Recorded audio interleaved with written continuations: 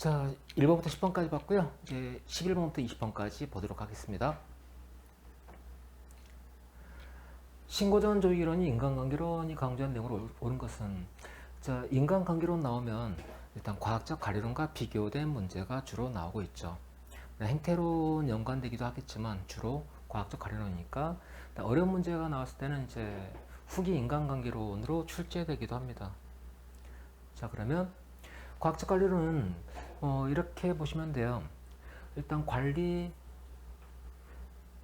효율성, 능률성 높이는 게 목적이고요. 인간 합력 경쟁으로 봤어요. 엑스론적 인간관의 기본 두고 있죠. 자, 쉽게 말하면 자동차 생산 공정에서 자, 생산 요소가 투입되면 산출이 나올 텐데 가장 효율적인 생산 방식을 일단 투입 대비 산출 가장 높은 테일러 과학적 관리를 생각하시면 돼요. 과학 표준을 제시하죠. 시간 동작을 통해서 가장 효율적인 방법을 일단 잡고요. 그에 따라서 공식적인 구조적인 측면을 강조하는 게 과학적 관리론이었고요. 그래서 기본 특징이 과학 표준 잡고 임금과 생산성 연계시키고요. 작업 환경 개선 등을 강조합니다. 그런데 그게 아니고 똑같은 요소가 투입됐다 하더라도 사기에 따라 다를 수 있거든 이란 맥락에서 인간의 심리적 요인을 강조했던 게 인간관계론이고, 능률성인데 사회적 능이라고 그러죠. 그 다음에 사회적 인간을 가정하고 들어갑니다. 그래서 베이오 호손 공정 연구 기억해 두시고요. 그 다음에 심리, 사회적, 집단적인 강조하고 민주적 관리를 강조하더라. 그래서 Y론에 속하긴 하는데 자아실현적 인간을 보지 않았기 때문에 능동적인 존재로 보지 않았어요. 그런 점에서 과학적 관리론과 비슷한 점이 있습니다. 조직 있고 구성원이 있습니다. 자, 둘 다 환경을 고려하지 않았던 폐쇄 체제를 가정하고 있고요. 그 다음에 노동자를 수단시했다는 점에서 관리자 관점에 접근하고 있다라는 것 공통점이고요. 그 다음에 조직은 높은 이익을, 성과를, 그 다음에 구성원은 욕구를 추구하는 존재로 봤어요. 양자가 충돌되긴 하는데 조화시킬 수 있다고 봤던 점에서도 두 이론이 공통점이에요. 뭐 어떻게 보상을 해주면, 자, 물질적인 경제 욕구를 추구하는 개인이기 때문에 경제적 보상을, 사회적 보상을 해주면 욕구가 충족되니까 만족하겠죠. 사기가 높아지죠. 그래서 노력수 높이면 성과도 올라갈 거다 라고 보는 게 기본적으로 공통점입니다. 그런 점에서 주의할 게 있어요. 자, 동기부여는 스스로가 아니라 조직이 부여하는 겁니다. 외재적이죠. 욕구는 획일제로 봤어요. 현대론에서 가정하는 복잡한 인간 모형과 좀 구분되는 거죠. 그 다음에 피동적 존재로 간주했다는 점에서 둘은 비슷합니다. 그 다음에 뒤에 나오는 행태론적 관점을 본다면 둘 모두 엄밀한 의미의 과학적 연구가 결여되어 있다라는 걸 비판했었죠. 자, 문제 볼게요. 자, 인간관계론입니다. 옳은 걸 찾으래요. 기계적 능률은 과학적 가리론이죠. 공식적 구조, 과학적 가리론이죠. 합리적 경제적 인간관이다, 과학적 가리론이죠. 인간의 사회 심리 요소를 강조한다, 4번이 맞네요. 정답은 4번이 됩니다. 자, 12번 문제 보도록 하겠습니다. 갈등 관리 유형에 관한 설명으로 옳지 않은 것은, 보니까 회피, 수용, 미리 말하면 수용하고 수능은 다른데 수능 아니면 수용 뭐로 나왔을까? 타입이 나왔네요. 경쟁이 나왔네요. 이거는 토마스 2차원 모형 혹은 토마스 틸만 모형으로 출제한 문제다 라고 보시면 되겠네요. 그러면 기본적으로, 자, 토마스 모형을 보실 때 자신의 이익을 고려한 정도 이기적인 동기라 보시면 돼요. 그 다음에 타인의 이익을 고려한 정도 이타적 동기로 읽으셔도 됩니다. 자, 서로 자신의 이익만 추구한다, 경쟁이고요. 상대방 이익을 따라간다, 수능. 앞에 지문에서 수용으로 나왔었죠. 근데 엄밀히 말하면 수용은 내면으로 받아들이는 거고 수용은 외면적으로 받아들이는 거예요. 보통 이 상하관계에서 수능이 나올 수 있겠죠. 부모 자식 간의 관계도 이 형태가 되겠고 형제 간의 관계를 생각하시면 되고요. 그 다음에 자, 타입은 뭐냐? 아이루스, 유루스. 주의할 게 기벤 테이크로 보통 보시는데 토마스 모형에서는 내가 이만큼 포기할게. 너도 포기할 수 있어? 네 이익 이 정도 고려해줄게. 내가 이만큼 손실을 감수한다. 너도 똑같이 간다면 그때 타협이 가능합니다. 협상과 같은 거고요. 협상 중에서 분배 협상에 속하는 거죠. 그러면 협력 협동은 뭐냐? 얘는 윈윈 전략이에요. 그래서 자, 나에게도 좋고 너에게도 좋은 거 둘 다 찾아봅시다. 이게 협력이고요. 회피는 I don't care라고 부르는데 이거는 그냥 문제를 덮어버리는 것. 권위적 방식도 여기 속하는 거고요. 가끔 이런 게 있죠. 문제를 덮어놓으면 이제 갈등이 너무 감정의 골이 심했을 때 일단 덮어놓으면 해결책이 나타나거나 혹은 감정이 일단 가라앉고 합리적 이성적 판단에 따라서 타협이 가능한 상황이 나올 수도 있겠죠. 자, 각각 상황은 일단 생략하고요. 기본적으로 이 위치를 기억해 두세요. 타협하고 협력 구분하시고. 그러면 회피는 갈등이 존재함을 알면서도 편성은 그것을 무시하거나 인정하지 않는다. 이런 것도 포함됩니다. 앞으로 이 문제에 걸고 넘어진 혹은 이 문제를 제시한 애들 가만두지 않겠다. 지위 고하를 막론하자고 하지 않고 좌시하지 않겠다. 이것도 권위적 방식도 회피에 속합니다. 수용수는 자신의 이익을 양보하고 상대방 이익을 배려한다. 타협. 갈등 당사자간 서로 존중하고 자신과 상대방 모두 이익은 타협이 아니라 뭐였죠? 협상 타협이라 협력 협동이 됐었죠. 틀렸네요. 경쟁. 갈등 당사자 자신의 이익을 극대화하고 상대방 이익은 최소화한다. 정답은 3번이 되겠네요. 자, 13번 문제입니다. 자, 다음 내용에 해당되는 조직 유형에 대한 설명을 옳지 않은 것은 A사는 장기적 제품 개발 프로젝트 수행을 위해서 각 부서 총 팀을 운영, 팀원들은 원부서에서 주어진 고위 기능을 수행하면서 별도 직무가 부여된다. 그래서 팀장과 원소속 부서장 지를 동시에 받는다. 딱 느낌 맞죠? 명령 통일 원칙에 정면으로 위배되는 조직 매트릭스가 되겠네요. 일단 기본적으로 이렇게 보시면 돼요. 매트릭스라는 걸 알 수 있는 키워드고요. 일단 관료제, 기계적 구조라 부르죠. 계층제고요. 기능 구조, 기능 분업이라 보시면 돼요. 그 다음에 자, 공식성이 높죠. 공식성, 복잡성, 직권성 모두 높은 조직이고요. 기계적 구조에 속합니다. 자, 그러면 예를 들어서 뭐 현대차라 칩시다. 세단이다. SUV다. 세단이다. 상용차다. 그러면 기획부서가 이렇게, 그 다음에 인사부서가 인력 배치 각각, 예산부서가 각각 사업비 할당하고, 자재부서가 이렇게 이런 형태로 갑니다. 이게 이제 기본적으로 기계적 구조고요. 사업구조, 프로젝트팀이죠. 산출물 중심의 조직입니다. 서비스 생산에 필요한 모든 기능적 직위들 부서 내로 배치해요. 다시 말하면 SUV다. 그러면 SUV의 기획개발부터 그 다음에 고객관리까지 에이스까지 모두 이걸 담당하는 부서를 따로 팀을 설치해요. 사업부를 설치합니다. 그 세단도 마찬가지고 사용차도 마찬가지. 이렇게 운영되는 조직이 자, 기능통합이네요. 사업에 필요한 모든 기능을 부서 내로 통합한 형태가 되는 겁니다. 이게 프로젝트 팀. 쉽게 말하면 이제 여러분 하시는 CJ의 빕스다, 엠넷이다. 그러면 여기에서 필요한 모든 기능적 직위들을 배치해서 가는 겁니다. 기능 통합이고요. 기능 간의 조정이 용이하겠죠. 그죠? 그런데 단점이 있어요. 어떤 단점이냐? 자, 인사, 사업 부서별로 인사 다 따로 둬야죠. 그래서 이게 이제 그 가외장치 생각한다면 효율성이 좀 떨어질 수 있어요. 기능 분업 형태가 아니기 때문에. 자, 고객 지향. 해당 사업에 관한 고객은 빕스 사업부에서 담당하니까 마찬가지. 따라서 해당 사업에 대한 고객 요구에 바로 민감하게 반응할 수 있습니다. 그 다음에 해당 사업에 대한 성과 책임도 확보될 수 있겠고요. 그러면 매트릭스 형태는 기능 구조, 사업 구조가 짬뽕된 이원화된 구조를 특징으로 해요. 기본적으로 기능 중심의 부서를 설치할 거냐, 산출물 중심의 사업 부서로 갈 거냐. 산출물. 그 다음에 프로세스 중심으로 조직을 설계할 거냐. 얘가 팀제고요. 프로팀이고 얘가 관료제 기계적 구조가 되겠죠. 두 개를 화학적으로 결합하는 형태가 매트릭스가 됩니다. 대사관의 종합병원이라 친다면 자, 외교부 라인이 있겠죠. 그래서 대사관, 총영사관, 영사관, 영사 있겠고요. 밑에 지시를 받는.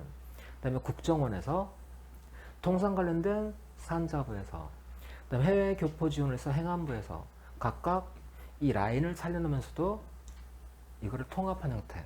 그래서 자, 두 개가 화학적으로 결합된 형태를 매트릭스라 부릅니다. 그러면 매트릭스 조직은 탈관료제 조직으로서 일반적인 장점들을 공유해요. 자, 혼합형 구조 맞죠?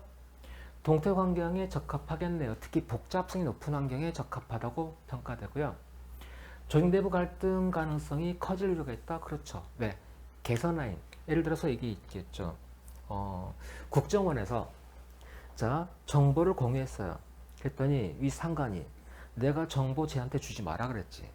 라인 지시 라인이 있기 때문에 여기서 갈등이 발생할 수 있다는 점 기억해 두시기 바랍니다. 자, 명령계통의 다원화로 인한 유연한 인적 자원 활용 가능하죠. 신축적으로 대응할 수 있고요. 정답은 4번이네요. 자, 14번입니다. 공직자 이해충돌 방지법상의 사적 이해관계자로 규정하고 있는 대상이 아닌 것은 사적 이해관계자를 물어봤네요. 일단 처음 이 법률을 볼 때 여러분 헷갈려하는 분이 있어 가지고 일단 이렇게 잡으시면 될 것 같아요. 일단 우리가 아는 거 국가공무법상 의무들 있죠. 특히 부패 관련된 것들 공직자윤리법, 그다음에 부패방지법, 부정청탁금지법, 소위 김영란법이죠. 이번에 그 문제가 많았죠.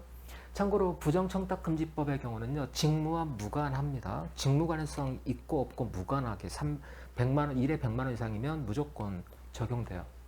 그 다음에 이해충돌 방지법, 공무원윤리 현장 등이 있어요. 이 중에서 요게 출제됐네요.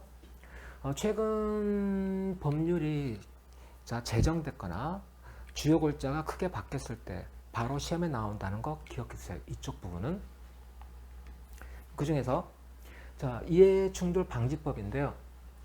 자, 직무 수행이 사적인과 관련되는 경우 자, 요걸 차단하기 위해서 간 겁니다. 대상 공공기관인데 주의할 게 있습니다. 김영란법의 경우는 언론인도 포함돼요. 언론기관, 언론인. 근데 자, 공직자 이해충돌 방지법에는 언론기관, 언론인과 언론기관 포함되지 않습니다. 주의하세요. 총괄기관은 권익위 똑같고요. 그 다음에 주요 내용 뭐가 있냐? 사적관계자 신고, 회피, 기피 신청이 있고요. 직무 관련자 거래를 하는 경우 신고 의무가 있어요. 자, 직무 관련 부동산 보유 매수에 대해서 신고 의무가 있어요. 이따 확인할 거고요. 자, 고위공직자 민간 업무 활동의 내역을 공개해야 되고, 그 다음에 가족 채용, 부모 찬스 아시죠? 수의계약 체결 등을 제한하고 있습니다. 특히 이 중에서 직무 관련자하고 사적이 관계자 개념인데요. 개념상 공직자가 있고요. 공직자에게 허가를 신청했어요. 자, 공직자는 인허가 처분을 하겠죠. 자, 혹은 관련된 업무에서 예를 들어 금융감독원 혹은 금융위원회에서 금융감독 업무를 수행합니다. 그래서 규제를 받는다, 불이익을 받겠죠. 어쨌든 이런 것들 다 포함해가지고 이익이나 불이익을 받는 자, 그 다음에 인허가 계약 신청한 자, 그 다음에 인허가 처분을 받은 자, 직무 관련자예요. 이때 법령, 그 다음에 기준에 따라 수행하는 직무와 관련된 자를 말합니다. 기준이라는 것은 뭐냐면 앞에 공공기관, 공직, 유관단체들이 있었죠. 내부 사규 같은 걸 포함하는 거예요. 그 다음에 자, 직무 관련자인데요. 공직자가 직무 관련자에 해당되는 경우 공직자인데 이쪽과 관련되어 있어요. 사적이해 관계자가 됩니다. 그러니까 직무 관련자인데 자신이 자신과 관련된 업무를 수행하는 거예요. 자, 이 경우 사적이해 관계자가 돼요. 그러면 자, 사적이해 관계자 임무를 알았을 때 14일 이내로 신고하고 그 다음에 나 이 업무 빼주세요를 신청해야만 해요. 할 수 있다거나 아니라 하여야 한다고 되어 있습니다. 그 다음에 자, 개인이나 법인 단체 포함합니다. 자, 직무 관련자 등이 해당 공직자가 이 업무랑 연관돼 판단되는 경우 소속기관장에 저 인간 빼주세요. 기피 신청. 나 스스로 내가 관련되니까 나 안 할게. 회피고요. 기피는 쟤를 빼주세요. 행정법에서 제척하고 비슷하다 보시면 됩니다. 그러면 여기는 직무 관련자, 직무로 이익 불이익을 받는 자가 됩니다. 자, 그러면 예를 들면 이렇게 돼요. 인사 담당 공직자인데요. 자신의 자녀가 승진 대상자로 됐어요. 그러면 자녀의 자녀를 승진 점수 높이 줄 수 있겠죠. 그러면 이 자녀는 나와 사적인 이해관계를 갖는 자라고 신고해야 하고, 그 다음에 나는 이 업무에서 빼달라고 요청해야만 하는 거죠. 어떤 관계인지 아시겠죠? 직무 관련자, 근데 나랑 관련되네? 직무 관련자가 나와 사적 이해관계자인 경우 신고 회피 신청 의무가 생깁니다. 그 다음에 자, 공무원 A가 사업 발주를 합니다. 근데 이 건설업체 이사가 A의 동생이에요. 사적 이해관계자가 돼버린 거죠. 따라서 신고하고 나 빼주세요. 회피 신청해야 되는 거고, 만약에 자, 이 X건설업체 이사가 A 동생이었고 Y건설업체가 경쟁업체입니다. 자, 이걸 알았을 때 얘가 회피 신청 안 했어? 그러면 Y가 쟤를 빼주세요 라고 기피 신청할 수 있어요. 그 다음에 시작처 A국장입니다. B 제약사 홍보팀장이에요. 임직원. 자, 이 경우 자, 사적이해관계자가 돼버렸죠. 신고 회피 신청해야만 하는 거죠. 대충 어떤 관계인지 아시겠죠. 그 다음에 공공기관 토지정책을 시행하는 담당자인데 A가 이 대상 토지 소유자입니다. 혹은 A 동생이 대상 토지 소유자입니다. 그럼 이 자신과 동생에 유리하게 업무를 수행할 수 있겠죠. 이 경우 사적 이해관계자로 신고해야 되는 의무와 함께 그 다음에 회피 신청해야 되겠죠. 나아가서 관련 부동산 보유 혹은 새로 매수했다 신고 의무를 동시에 갖게 됩니다. 대충 어떤 구조인지는 아시겠죠. 자, 그러면 이거 해드렸고, 자, 신고 의무 거래, 부동산 보유 매수, 퇴직자 사적 접촉 이런 것들 모두 신고 의무에 속합니다. 자, 예외가 있어요. 대충 상식적으로 이해하시면 돼요. 자, 담당 공무원을 빼버리면 이걸 담당할 해당 분야 걔 말고 이걸 할 애가 없어. 그 경우는 어쩔 수 없겠죠. 그죠? 그 다음에 불특정 다수를 대상으로 하는 법령제 등이나 개폐, 민원서를 발급 관련된 업무인데 이 경우는 엄밀하게 적용하는 경우 좀 문제가 있겠죠? 그런 경우와 대처하기 어려운 경우, 안보 공익상의 이익이 더 큰 경우 항상 이게 들어가면 인정하겠다. 자, 그 다음 그런 문제 봅시다. 사적 이해관계자로 규정하고 있는 대상이 아닌 것은 공직자 자신 그 가족, 공직자의 직무수행 관련된 이익 또는 불이익을 직접적으로 받는 다른 공직자, 공직자로 채용 임명되기 2년 전, 2년 알아두세요. 공직자 자신이 재직했던 법인 또는 단체, 자신 또는 가족이 임원, 대표자, 관리자 또는 사회이사로 재직하고 있는 법인 또는 단체. 관련되죠? 관련되죠? 두 개 남았어요. 공직자 자신과 가족 아까 보니까 자, 공직자가 업무를 담당하는데 자신의 딸이 가족이죠? 딸이 직무 관련자입니다. 그때 사적 이해관계자가 되는 거죠. 그러면 공직자 직무 수행 관련해서 이익이나 불이익을 직접 받는 자나 다른 공직자는 사적 이해관계자가 아니라 직무 관련자입니다. 요게 은근히 찾기 힘든 문제였거든요. 그래서 이거하고 아까 예를 많이 들어드렸으니까 대충 사적 이해관계자가 뭔지에 대한 개념. 특히 직무 관련자가 담당 공무원 자신일 때 그때 뭐가 된다? 사적 이해관계자가 된다는 거 알아서요. 그리고 직무 관련자가 자신의 가족일 때 자신은 사적 이해관계자가 되는 거죠. 개념 이해되셨죠? 따라 정답은 2번이 되겠죠. 이 문제가 제일 어려웠던 것 같아요. 자, 15번입니다.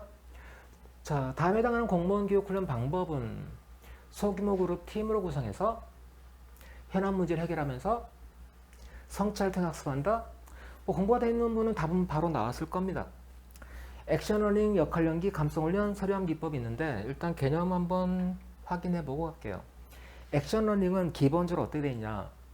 학습이란 것은 프로그램화된 지식과 그 다음에 퀘스천이 중요하다고 봤어요.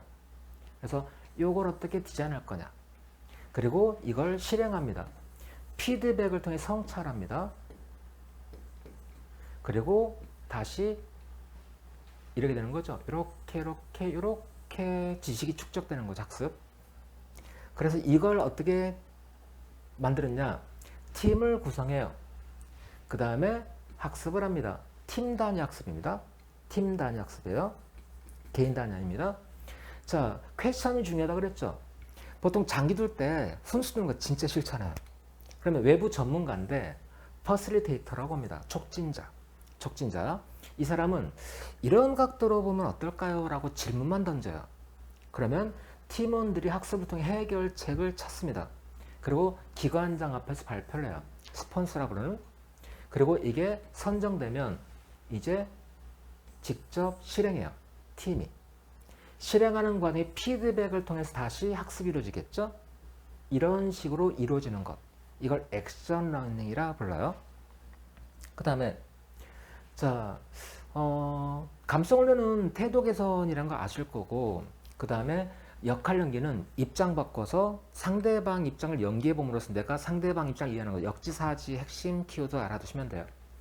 자, 인바스켓 메서드, 서류한 기법이라 부르는 건데 앞에 봤던 액션 러닝도 그렇고 얘는 역량평가 방법이기도 하고요. 둘 다 마찬가지예요. 액션 러닝도 얘도 역량평가 기법으로 사용되기도 하고 역량 기반 교육 훈련 방식으로 사용되는 것 둘 다 똑같아요. 근데 얘는 뭐냐? 서류함에다가 미결점이라고 생각하시면 돼요. 서류함에다가 가상의 상황을 담은 메모나 공문서나 우편물들 막 섞어서 막 넣어요. 그러면 이것들을 보면서 대체 뭐가 문제인지, 자, 문제 원인과 결과를 잘 봐야 돼요. 그러니까 이 결과로 나온 현상이죠. 얘가 문제가 많아. 원인을 잘 찾아야겠죠. 예컨대 우리나라 뭐 이런 문제 있네요. 출산열벽이다.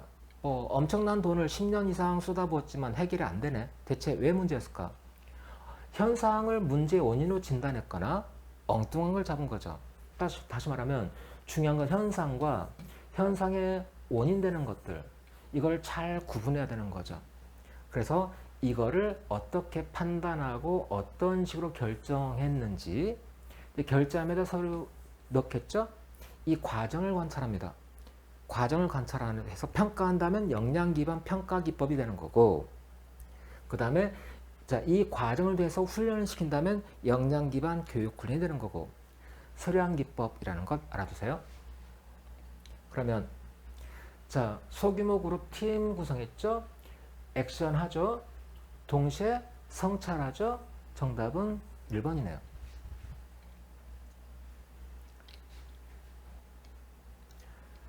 자, 그 다음 16번 문제입니다.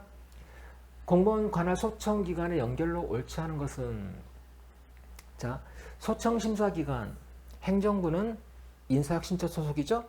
그 다음에 독립기관은 국사무처 소속, 그 다음에 법원행정처 소속, 그 다음에 헌법재판사무처 소속, 중선사무처 소속의 소청심사위원회를 구성합니다.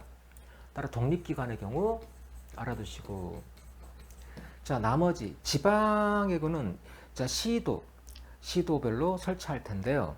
교육 직렬의 경우는 교육 소청심사위원회 따로 구성합니다. 그래서 그거 알아두시고 여기서 국립대학 소속 교수가 있네요. 그 다음에 소방청 소속이다, 검사다, 검찰 소속이다. 이 두 개가 문제되는데, 자, 일반적으로 보면은 인사심처 소속청 심사위원회가 될 것 같아요, 그죠? 얘는 아닌 것 같은데 찍어서 맞추는 분도 많이 계신 것 같아요. 그래서 일반직은 이래 되고 동익과는 이건 기본으로 알고 계신 거죠. 자, 지방직은 시도입니다. 그 다음에 교육직렬은 교육소청심사위원회에서 담당합니다. 요것만. 자, 그 다음에 특정직입니다. 특수경력직입니다. 특수경직, 별정직 등이 있죠. 원칙적으로 대상이 아닙니다. 요거 알아두시고, 그 다음에 자, 외무 공무원, 경찰 공무원, 소방 공무원, 국정원 직원, 경호실 직원, 인사혁신처에서 담당합니다. 그러면 얘인데요. 자, 검사의 경우는 없어요. 관련제도 없어요. 군인의 경우는 군인사 소청심사위원회가 있고, 군무원은 국방부 군무원 인사 소청심사위원회가 있어요. 그러니까 군인과 공무원 따로 간다. 그리고 항고심사위원회를 따로 두고 있다는 것. 교원소청심사위원회. 다시 말하면 특정직 중에서 요 묶어서 3개. 검사는 관련 없습니다. 뭐 찍어서 맞출 수도 있겠고 한데 이번 문제 나왔으니까 이번 기회에 검사의 경우는 소청 대상이 아니다 라는 거 알아두시고요. 정답은 2번입니다. 자, 17번 문제 보겠습니다. 지방정제도네요. 일정 조건을 충족한 주민은 조례개표 청구제도 있죠. 아시죠? 관할구역 경계변경 조정시 나왔네요. 자, 지방자치단체 분쟁 조정위원회 심의 의결을 거쳐 조정할 수 있다. 그럴 것 같아요. 그죠? 정책지원 전문 인력인 정책지원관 제도는 장애 정책 기능을 강하게 도입됐다. 이 아저씨가 어디에 소속하는지를 알아야겠죠. 자, 자치경찰은무는 합의제 행정기관인 시도지사 소속 자치경찰위원회가. 그래서 일단 요 3개에 대해서 몇 가지 체크해드리고 갈게요. 자, 관할구역 경계변경은요, 뭐 인터넷에 있는 그냥 아무거나 찾아왔어요. 자, 이렇게 아파단지가 있는데, 도로를 기준으로 이렇게 A자치단체, B자치단체로 구분돼 있어가지고 마을버스라든지 그 다음에 쓰레기 수거라든지 등등등에 있어서 자, 자치단체 관할이 아예 다르다. 문제가 있겠죠. 실제 이런 지역이 있어요. 여기가 인도권역 들어보셨나 모르겠네요. 여기에 과천, 의왕, 안양 만나는 곳이고요. 금정역 가면 그쪽은 안양과 의왕과 군포 세 도시가 만나는 곳인데요. 자, 골 때린 게 있습니다.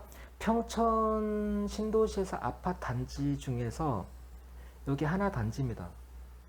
근데 여기는 의왕시, 여기는 안양시예요. 같은 아파트 단지인데 초등학교를 다른 데 가야 돼요. 이쪽 가고 이쪽 가고. 골 때리죠? 그래서 이 지역은 같은 단지인데 아파트 가격이 엄청 낮아요. 이런 경우 어떡할 거냐? 야, 경계를 안양에 넣든지, 보니까 조금밖에 안 되네. 여기까지 안양 넣어버리자. 하든지. 그런 경우 경계 변경의 필요성이 있겠죠. 이 사업을 시행하는 사람이 경계 변경을 신청할 수도 있고, 주민 불편이 컸을 때 해당 자치단체가 경계 변경을 경계를 조정해 주세요 라고 요청할 수 있어요. 그러면 여기 수원에 있는 지역인데 여기 큰 도로가 있습니다. 그 다음에 1호선 지하철이 가요. 근데 지하철이나 지상으로 가는 겁니다. 이 아저씨가 이리 갈 때 그나마 이쪽은 논밭인 것 같죠? 근데 실제로 이쪽에 반대쪽에 또 단지가 있고 뭐 쇼핑몰도 있고 이런 데도 있어요. 건너가려면 한참 갔다가 이렇게 돌아야 돼요. 아니면 저 한참 갔다 이렇게 돌아야 돼요. 가서 이렇게 이 고가 타고 내려가야겠죠? 이런 경우. 자, 이게 아예 같은 자치단체인데 이쪽의 경우 이 B라고 칩시다. A 자치단체에 더 생활권이 가깝다고 하자고요.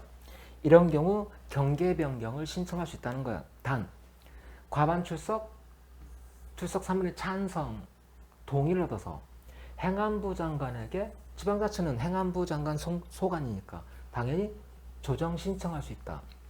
지방의 동의인데 요거 주의하세요. 과반이 아니라 3분의 2 찬성입니다. 그 다음에 자, 사업 시행자가 신청해달라고 요청하는 것도 가능합니다. 당연하겠죠? 자, 그 다음에 자, 일단 신청한 다음에 행안부 장관은 관보에 게재해야 돼요. 당연히 알아야겠죠?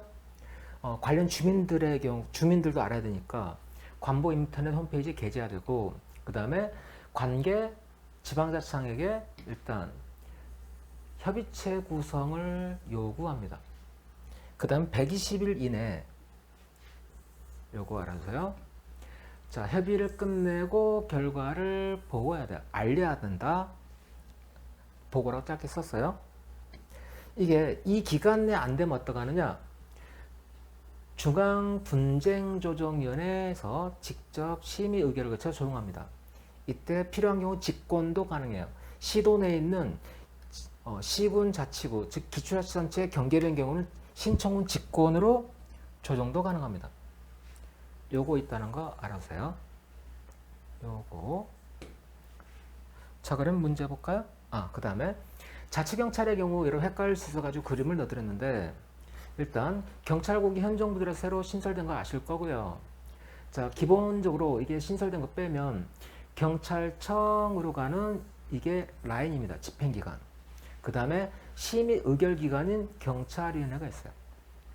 그 다음에 시도지사 소속으로 자치경찰위원회를 둡니다. 합의제 기관입니다.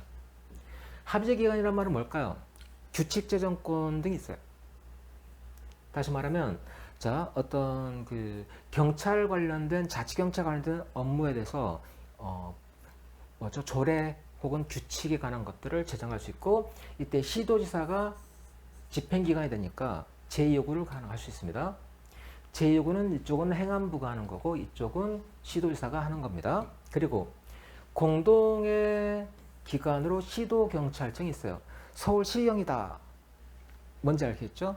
시경찰청, 도경찰청입니다. 그리고 그 밑에 경찰서 있고 지구대, 파출소 같은 게 쭉 밑으로 내려갑니다. 그러면 자, 집행은 경찰청에서 하고 자, 자치경찰 관련된 업무에 대한 결정 등은 여기서 하겠네요. 자, 그러면 자, 자치경찰은 주민복리와 연관된 것, 주민안전입니다. 그 다음에 지역교통이 자치경찰에 속한다는 거 알아두시고 일반적인 교통은 그냥 교통이면 국가경찰입니다.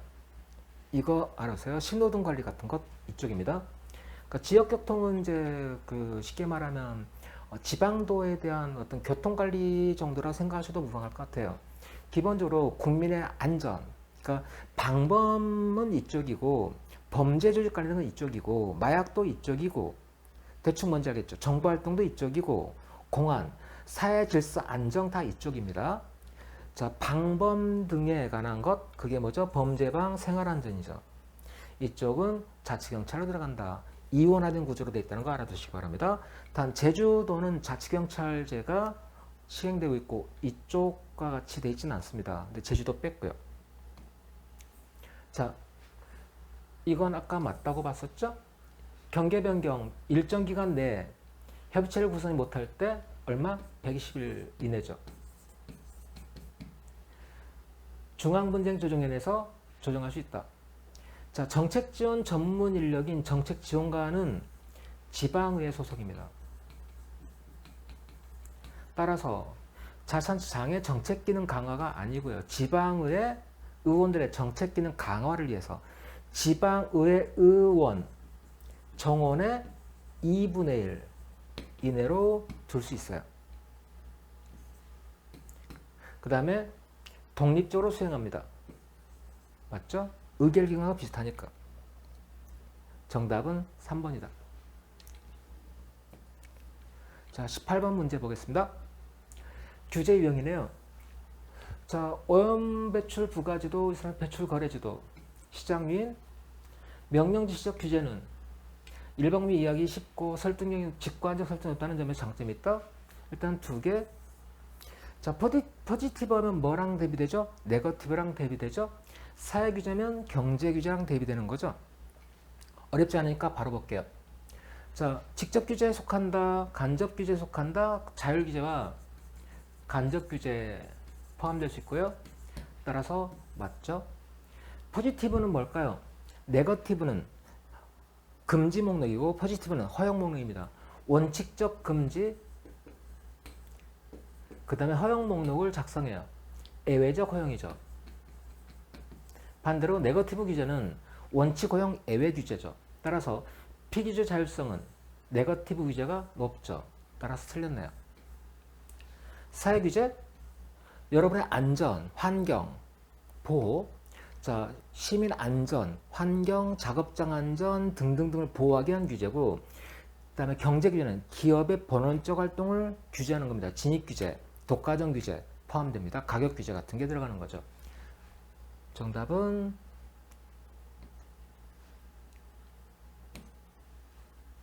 2번입니다. 자, 19번 문제 볼게요. 국가재정법상 온실가스 감축인지 예산제도, 이것도 최근 새로 들어온 제도죠. 조세지출도 있고요. 성인지 제도가 있고요. 온실가스 감축인지 예산제도가 있습니다.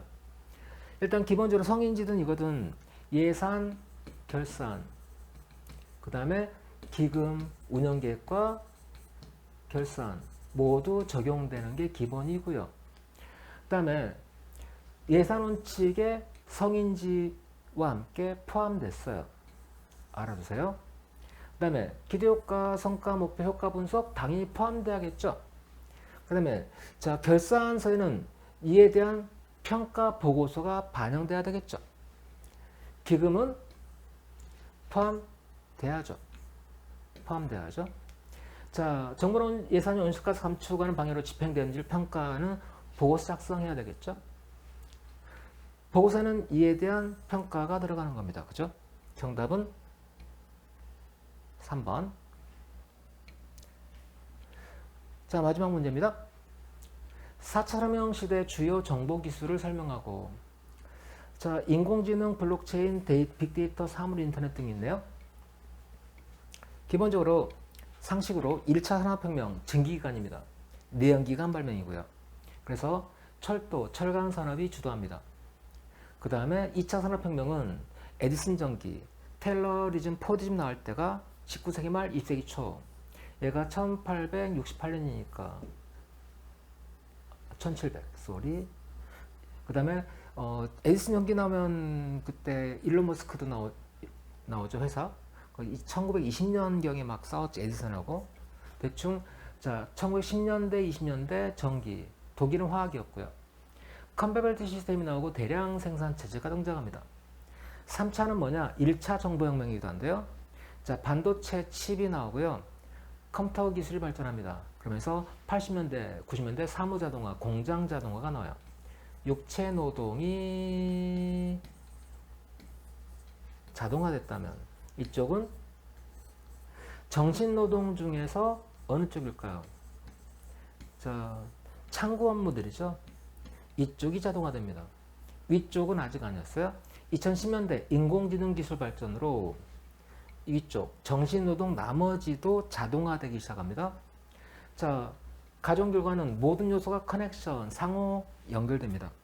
모든 요소가 연결되면서 융합 현상이 나와요. 버라이어티라는 걸 한데 묶어서 집어넣는다. 융합 현상 나오고요. 요소들의 지능성 이런 걸 특징으로 한 사회가 나오지 않을까? 예측. 가장 큰 문제는 실험 문제가 이야기되죠. 슈밥 아저씨 알아두시고요. 자, 그러면 4차 산업의 핵심 기술은 뭐냐? 일단 자, 하드웨어보다 소프트웨어가 중요합니다. 그 다음에 데이터가 있어야죠. 그 다음에 네트워크 연결돼야죠. 자, 인공지능이 일단 핵심이고요. 그 다음에 빅데이터 분석, 그 다음에 인터넷 오브 띵, 모든 게 인터넷으로 연결되는, 인터넷 다른 명칭이 클라우드예요. 클라우드, IoT 같은 뜻으로 읽으시면 돼요. 이거의 핵심 기술이 되는 거고, 나머지 뭐 드론이다, 자율운영, 뭐 자동차다, 뭐 비행기다 등등등 있겠고, 3D 프린팅이라든지 나노 기술이라든지 우주항공 기술, 뭐 바이오 기술 등등 다 포함됩니다. 그 개별 기술들이고, 이걸 기반으로 나온 결과인데요. 자, 인공지능, 인간의 학습 능력이죠. 추론 혹은 지각 이런 것들을 컴퓨터로 구현한 거야. 알파고 쇼크 이후 우리나라 이게 컸죠. 그전까지 관심 없다가 알파고 쇼크 이후에 자, 딥러닝 방식이 확산됩니다. 이건 들어보셨을까요? 근데 2017년쯤에 구글 브레인, 딥마인드라고 부르는 게 나오는데 상식으로 알아두세요. 라지 랭귀지 모델이에요. 라지 랭귀지 모델인데요. 자, 쉽게 말하면 엄청나게 많은 언어를 기반해 가지고 그걸 다 긁어 모으는 거죠.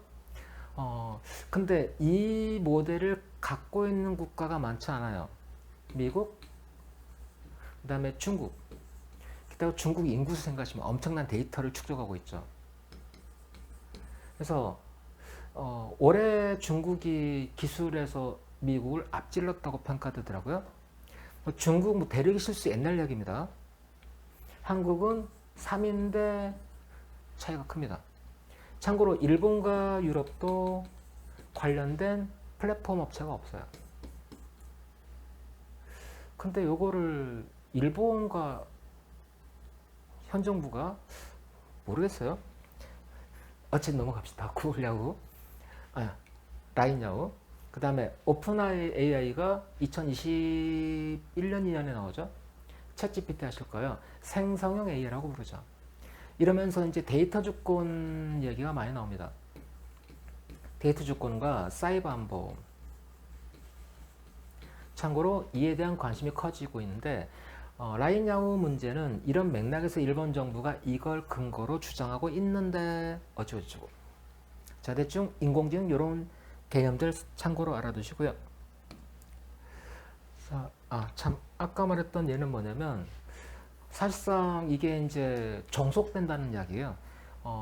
미국이나 중국이나 한국의 이런 업체들 없이 인공지능을 활용할 수 있는, 그러니까 이걸 사용하기 위해서는 종속될 수밖에 없는 상황이 요 문제 이슈를 불러오는 겁니다. 자, 그 다음에 정보 빅데이터인데요. 상식으로 알아두세요. 3BC 엄청나게 많은 대용량의, 그리고 엄청 빠르고 다양한, 근데 복잡한, 그래서 B 세 개다가 C가 하나죠. 자, 기본적인 데이터는 텍스트 형태, 오디오 형태, 정지화면, 그 다음에 동영상이죠. 자, 이게 기본인데요. 이런 것 등을 포함합니다. 메타데이터도 있고 뭐 여러 가지 등등등 데이터가 있어요. 자, 참고로 스마트 데이터가 한때 이야기됐었는데 3A라고 합니다. 정확하고 실행 가능하며, 애자일 하면은 기출문제에서 애자일 조직 들어보셨죠? 민첩하게 움직일 수 있는, 신속하고 민첩하게 움직일 수 있는 그런 형태, 유연성이라고 볼 수 있겠네요. 유연한 이런 데이터를 스마트 데이터라 하더라.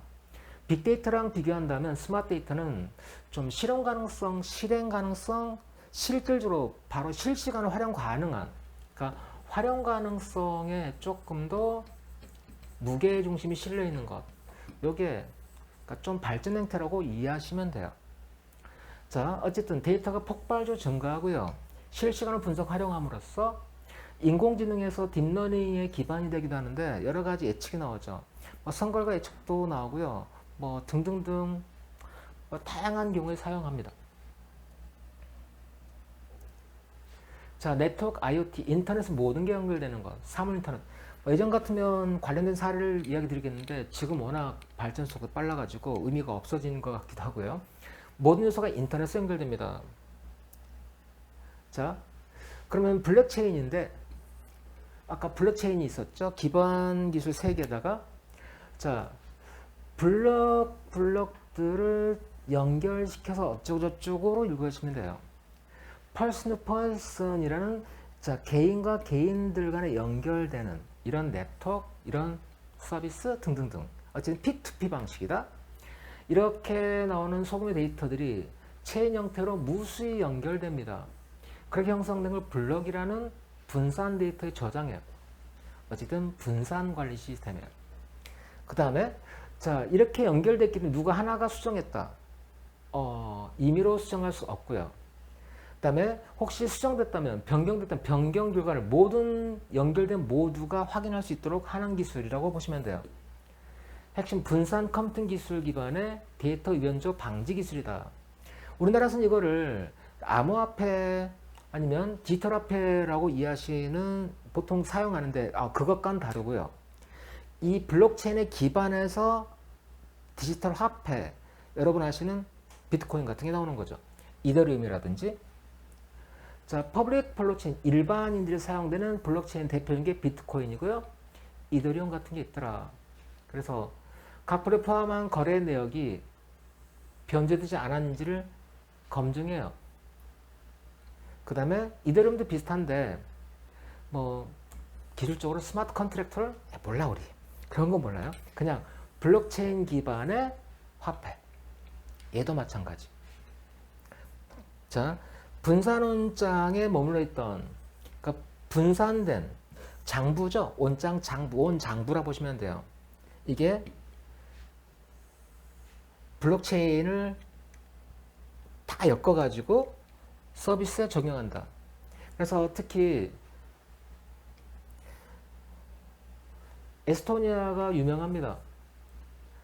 자국기업이 개발한 블록체인 이걸 가지고 모든 행정 서비스 대부분을 여기다 이전시켰다고 하는데 이거는 이제 여러분들의 개인정보가 어떻게 유출되지 않을까요? 등등등 뭐 여러분이 세금 내는데 이게 나는 분명 다 납부했는데 공짜 하나가 누군가 이걸 위변조해 가지고 이거 국세 체납자로 잘못 기록될 수도 있겠죠. 등등등등을 모두 안전하게 관리하는 형태가 되는 거고요. 어쨌든 스마트폰이나 PC로 처리할 수 있도록 하는 것들 뭐 등등등에 활용될 수 있습니다. 그러면 개념 묻는 거였으니까 거래정보 기록을 벌써 아니란 거 아시겠죠? 분산된 온장을 기반으로 모든 참여자에게 배분하고 탈주중하는 환경 블록체인 있는 것 중엔 얘밖에 없네요. 정답은 2번이 됩니다. 일단 정보사회로 넘어가면서 4차 산업혁명 관련된 기본적 개념들 이거는 꼭 일단 체크해 두셔야 되겠고요. 그 다음에 문제를 보니까 여러분이 좀 어려워할 수 있는 게 법률 관련된 그 법률 규정 관련된 내용을 물어봤을 때 자 이게 쉽지는 않을 거고요. 그 다음에 특히 이제 지방자치법상 규정의 경우 그러니까 지방자치단체 경계 조정하고 그 다음에 아까 봤던 자 정책 지원관 그 두 개에서 고민하다가 혹은 자치경찰위원회가 독립된 이런 것들을 헷갈릴 수 있는데요. 자치경찰제도 우리나라 기본 취지를 이해하신다면 일단 국가경찰인데 이걸 지방기관과 연동시켜 가지고 어쨌든 정책 결정은 위원회에서 집행은 국가경찰이 담당하되 지방경찰 시도경찰위원회에서 담당하는 것은 방범이라든지 주민생활안전 관련된 것들은 여기서 결정하더라. 그런 정도로 이해하시면 됩니다. 어쨌든 기본적으로 중요한 어떤 법률 규정을 꼭 체크하시고요. 그 다음에 나머지는 기본 이론에서 나온 것들이 대부분이었기 때문에 크게 어렵지는 않았을 겁니다. 뭐 이제 올해 시험도 많이 뭐 거의 끝났죠. 거의 끝났고 뭐 7급의 경우 남은 시험도 있긴 하겠지만 이제 새로 공부 시작한 분들의 경우는 시험 일정에 들리지 마시고요. 일단 기본적인 이론들 일단 잡으시고 그 다음에 이론에 대한 이해가 돼 있으면 맥락상 이건 당연히 아니겠는데 라고 또 맞추시는 게 있어요. 100점 목표로 공부하지 마시고 95점이나 90점 목표로 공부하면 95, 100점 맞을 수 있다는 것 알아두시고요. 행정은 닥치고 암기하는 과목이 아니고 어쩔 수 없는 건 막판에 암기할 수밖에 없겠지만 내용 이해를 먼저 세령하시고 기본 개념에 대한 이해를 잡으시고 키워드를 기억하는 쪽으로 쭉 잡으시면 돼요. 그 다음에 이게 쭉 연결된 논리적인 흐름이 있으니까 체계를 잡고 난 다음에 숲을 먼저 봐야죠. 그 다음에 나무 하나하나들 일단 보시면서 정리하시면 의외로 고득점도 가능한 과목이 행정학입니다. 그리고 국어의 경우는 대충 보면 영어하고 이제 행정학 점수가 당락을 사실상 좌우하는 경우가 대부분입니다. 그다음에 경제학 7급의 경우는 경제학과 행정학 점수가 실제 당락을 많이 좌우하고 있는데요. 행정법은 무조건 95, 100 받으셔야 되고요. 국어도 95 이상 넘으셔야 되고요. 국사도 어렵게 나온다 모르겠지만 90은 넘기셔야 되겠고, 이제 문제가 행정법 당연히 법과목이니까 그것도 고득점 받아야 돼요. 행정학에서 몇 점 받는지 이제 마지막엔 그게 결정할 거다. 근데 처음 공부할 땐 영어 시간 많이 확보할 수밖에 없겠지만 틈틈이 확인해 두시고 가시고요. 그다음에 무료 영상이든 유튜브든 해가지고 짧게 어려운 부분들을 제가 몇 개 이제 촬영할 계획이니까 그걸 많이 참고하셔도 될 것 같습니다. 고생 많으셨고요. 좋은 결과 있기를 기대할게요.